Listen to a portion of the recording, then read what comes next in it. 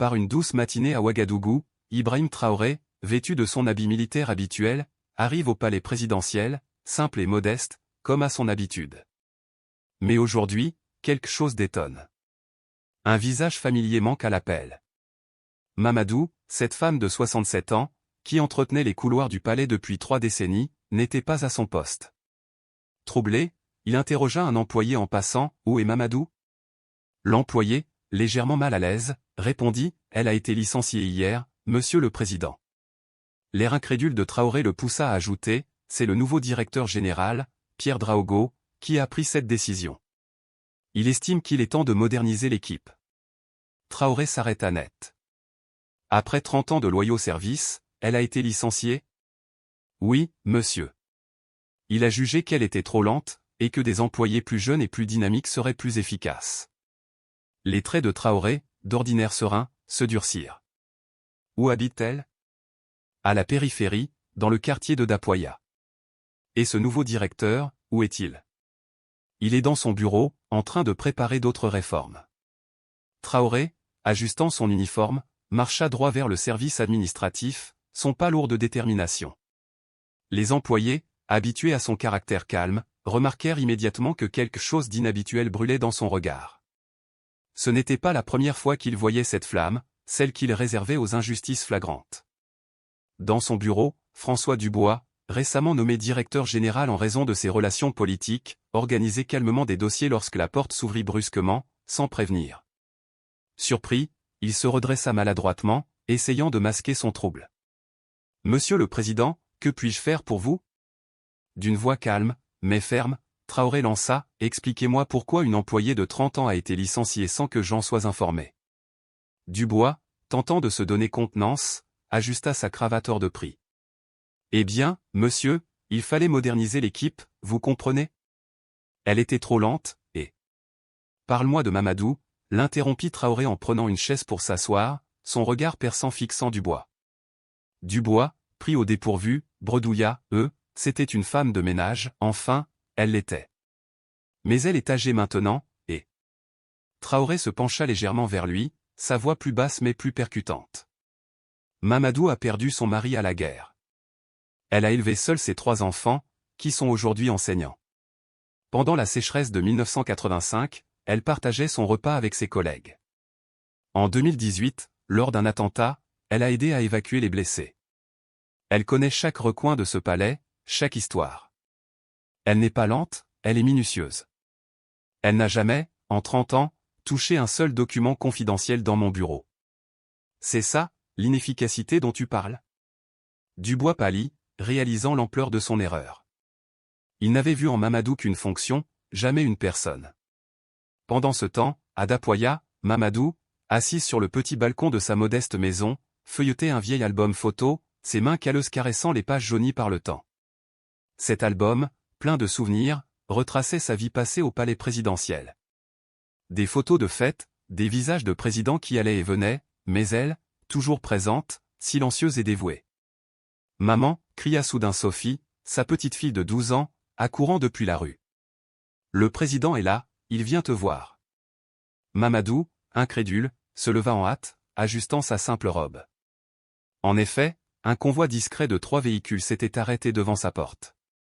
Ibrahim Traoré sortit de la première voiture, vêtu de son habit militaire, sans fanfare. Les voisins, curieux, commencèrent à s'approcher.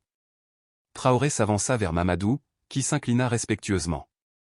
Mais il la prit doucement par les mains et, à la surprise générale, s'agenouilla brièvement devant elle, un geste de profond respect dans la culture locale. Les murmures s'éteignirent, la scène plongeant le quartier dans un silence solennel. « Mamadou, aujourd'hui, c'est moi qui m'incline devant toi, dit-il avec gravité. Ce qu'ils t'ont fait est une injustice. Tu as servi ce pays avec honneur pendant 30 ans, et je viens m'excuser au nom de l'État. » Il remarqua l'album photo posé à côté d'elle et, curieux, demanda à le feuilleter. Ils s'assirent ensemble sur le modeste porche, et Mamadou commença à raconter des histoires, partageant des moments qu'elle avait vécus au palais.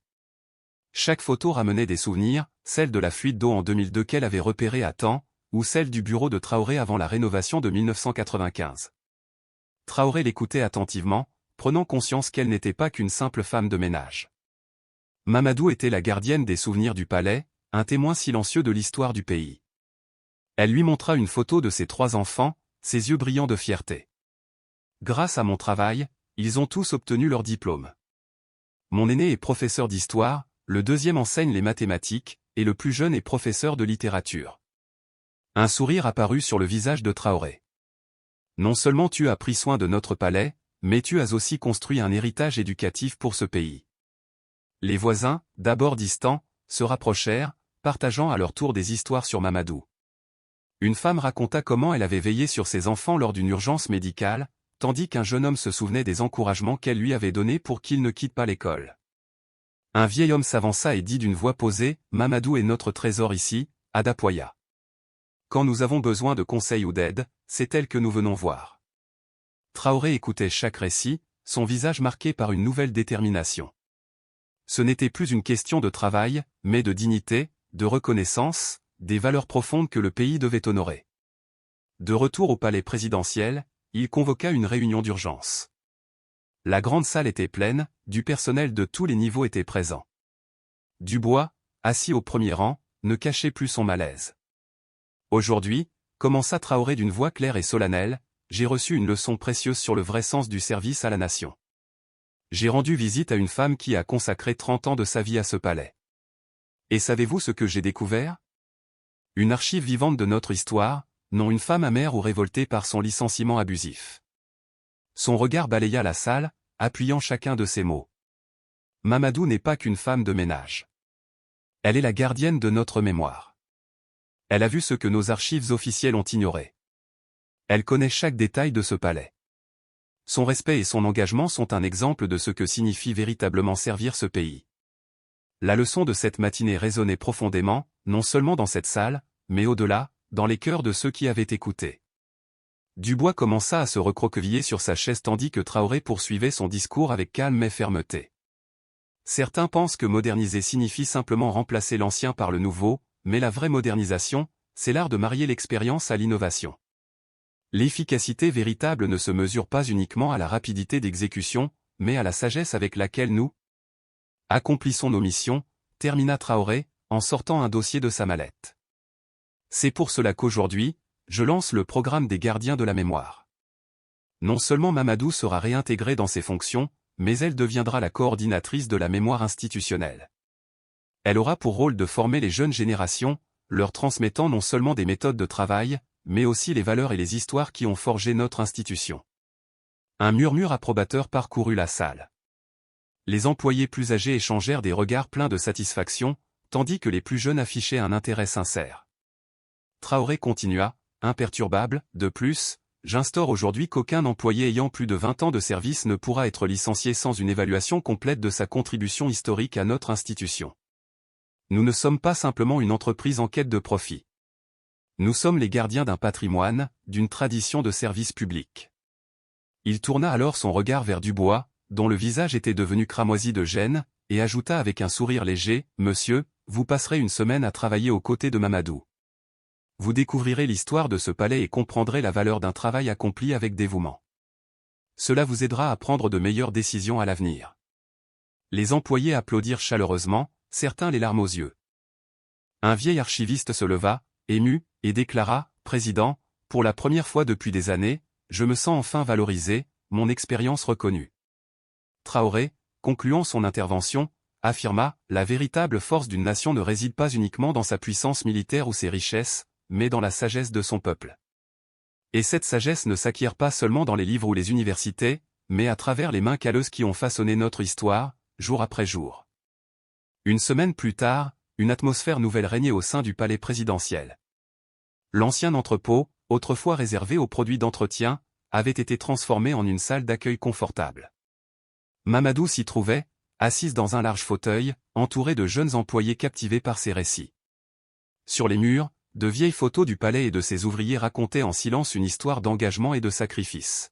« Regardez cette photo jaunie, » dit Mamadou en la pointant du doigt.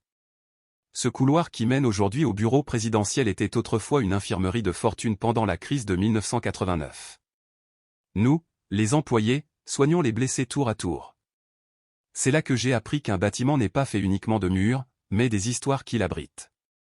Assis discrètement au fond de la salle, Dubois griffonnait frénétiquement des notes. Fini le costume coûteux, il portait désormais une chemise simple, et ses mains, autrefois impeccables, portaient les traces du travail manuel qu'il avait accompli durant ces derniers jours. Une jeune employée leva timidement la main. « Madame Mamadou, comment avez-vous fait pour organiser tous ces documents alors que vous ne saviez pas bien lire ?» Mamadou lui sourit avec douceur. « Ah, ma petite, il existe bien des façons de lire. Moi, je lis les couleurs des dossiers, l'épaisseur des documents, et l'urgence inscrite sur les visages. J'ai développé mon propre système, qui n'a jamais failli. Et tu veux savoir pourquoi? Parce que je traitais chaque papier avec le respect dû à quelque chose de sacré. » Traoré, qui observait depuis l'embrasure de la porte, ne put s'empêcher de noter l'intérêt sincère des jeunes pour ces récits. Ce n'était pas une simple leçon de procédure, mais une véritable transmission de valeurs, d'une éthique de travail que nul manuel ne pouvait enseigner. Un jour, poursuivit Mamadou, lors d'un violent orage, j'ai vu l'eau s'infiltrer près d'un dossier. Je ne savais pas ce qu'il contenait, mais j'ai passé la nuit entière à déplacer et sécher ces papiers avec soin. Le lendemain, j'ai découvert qu'il s'agissait de traités internationaux originaux. L'ambassadeur m'a demandé comment j'avais su leur importance. Je lui ai répondu, « Monsieur, je n'ai pas besoin de savoir lire pour comprendre que quelque chose est précieux. Il suffit de voir comment les gens le traitent. » Dubois, qui n'avait cessé d'écrire, leva une main tremblante. « Madame Mamadou, je m'excuse. Je réalise maintenant que l'efficacité n'est pas uniquement une question de vitesse. » Mamadou lui sourit avec bienveillance. « Mon fils, il n'y a aucune rancune. Tu m'as offert un cadeau inestimable, la chance de partager ces histoires avec une nouvelle génération. Parfois, il faut perdre quelque chose pour en comprendre la véritable valeur. » Un autre employé âgé, présent près de la porte, intervint. « Depuis le début du programme, la rotation des documents a diminué de 40%. Les jeunes sont plus attentifs, plus conscients de l'importance de chaque tâche. » Traoré, témoin silencieux de la scène, perçut alors que quelque chose d'exceptionnel était en train de se produire. Un pont véritable se construisait entre les générations, non pas sur la base de la hiérarchie, mais du respect et de l'appréciation de l'expérience. « Rappelez-vous, » dit Mamadou, en guise de conclusion, « chaque couloir de ce palais a une histoire, chaque pièce renferme des souvenirs. Notre rôle ne se limite pas à nettoyer ou organiser, mais à préserver ces histoires pour ceux qui viendront après nous. » 3 mois après le lancement du programme des gardiens de la mémoire, le palais présidentiel avait subi une transformation subtile, mais profonde. Un matin particulièrement animé, une délégation internationale arriva pour une visite officielle. À leur grande surprise, dès l'entrée, ils furent accueillis par un petit musée improvisé, avec des photos et des objets historiques soigneusement exposés. Chaque pièce était accompagnée d'une histoire, racontée par les employés eux-mêmes.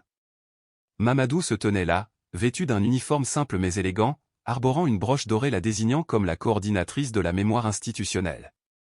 Ce balai, expliqua-t-elle en désignant un simple outil dans une vitrine, a servi à nettoyer les décombres après les bombardements de 2018. Mais ce n'est pas juste un balai. C'est un symbole de résilience. Pendant que d'autres fuyaient, les ouvriers sont restés, nettoyant et reconstruisant. L'ambassadeur de France, visiblement impressionné, déclara « En toutes mes années de diplomatie, je n'ai jamais vu un palais présidentiel honorer ainsi son personnel. » Traoré, qui accompagnait la visite, répondit avec fierté « C'est parce que nous avons enfin compris que la grandeur d'une nation ne repose pas uniquement sur ses dirigeants, mais sur chaque personne qui contribue à son édification. » Parmi les jeunes employés venus observer la scène se trouvait Ahmed, un jeune homme de 19 ans autrefois impatient face aux procédures jugées trop rigides.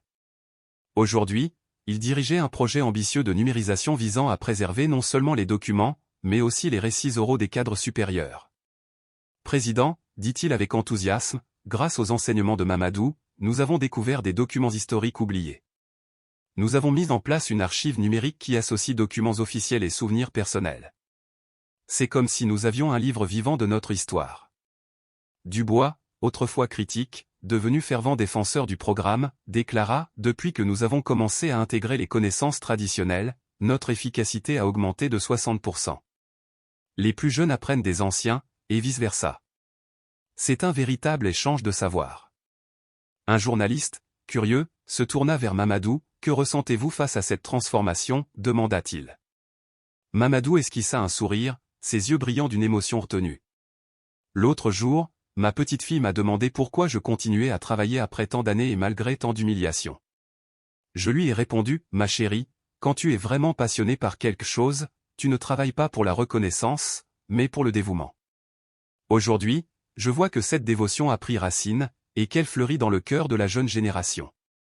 Traoré observait la scène avec une grande satisfaction.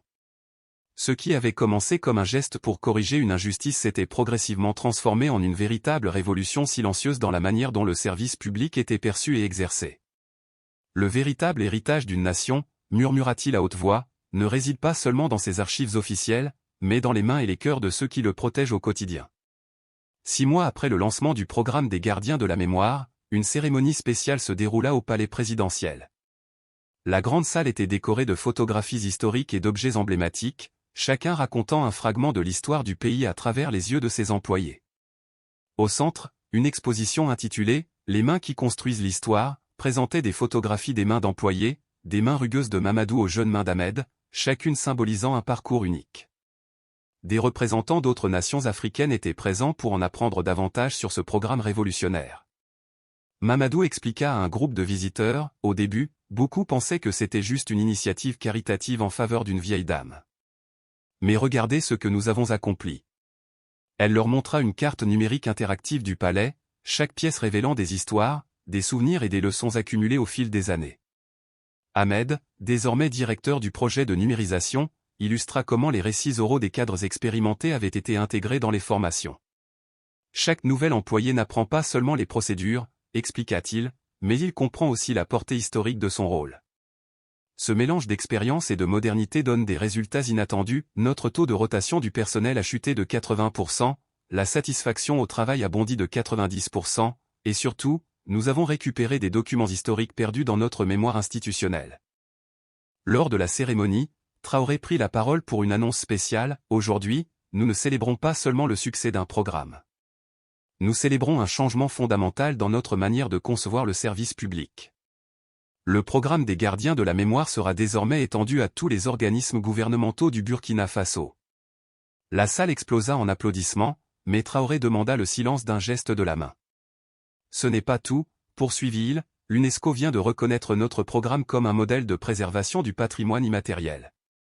Mamadou, vous n'êtes plus seulement notre gardienne de mémoire, vous devenez consultante internationale pour des programmes similaires dans d'autres pays. Émue, Mamadou se releva avec l'aide d'Ahmed. Quand j'étais jeune, dit-elle, la voix légèrement tremblante, mon père me disait que je n'avais pas besoin d'étudier parce que je serais juste une femme de ménage. Aujourd'hui, je réalise qu'il n'y a pas de juste dans n'importe quel travail. Chaque rôle, chaque personne porte en elle une part essentielle de notre histoire.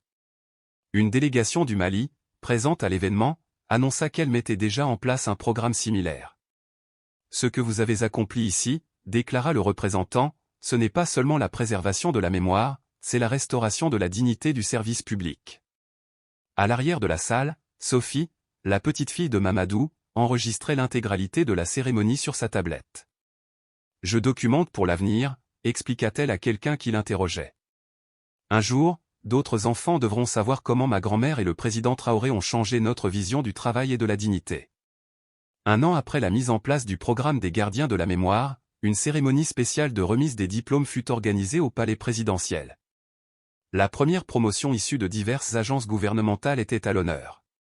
Dans les jardins, sous une grande tente traditionnelle, les générations se mêlaient pour célébrer cet événement unique. Mamadou, devenu une figure de renommée internationale, était assise sur une chaise d'honneur ornée de tissus traditionnels.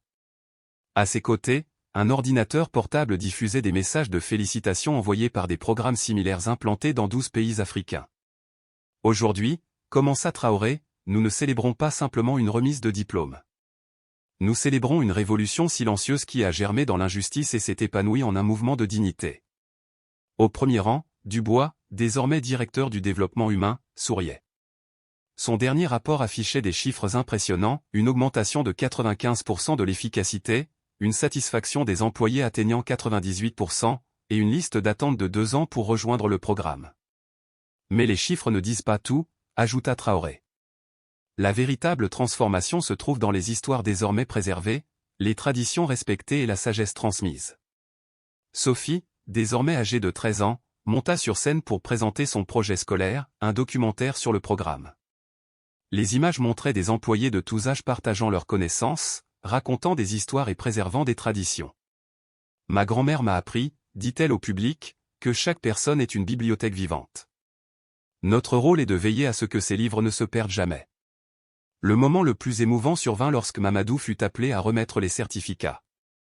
Chaque diplômé, après avoir reçu son diplôme, partagea une histoire apprise des anciens gardiens. N'oubliez jamais, leur dit Mamadou, vous n'êtes pas seulement des fonctionnaires, vous êtes les gardiens de notre histoire, les protecteurs de notre mémoire et les bâtisseurs de notre avenir. Ahmed présenta ensuite la dernière innovation du programme, une application permettant à tout citoyen de contribuer avec ses propres récits et souvenirs sur le service public.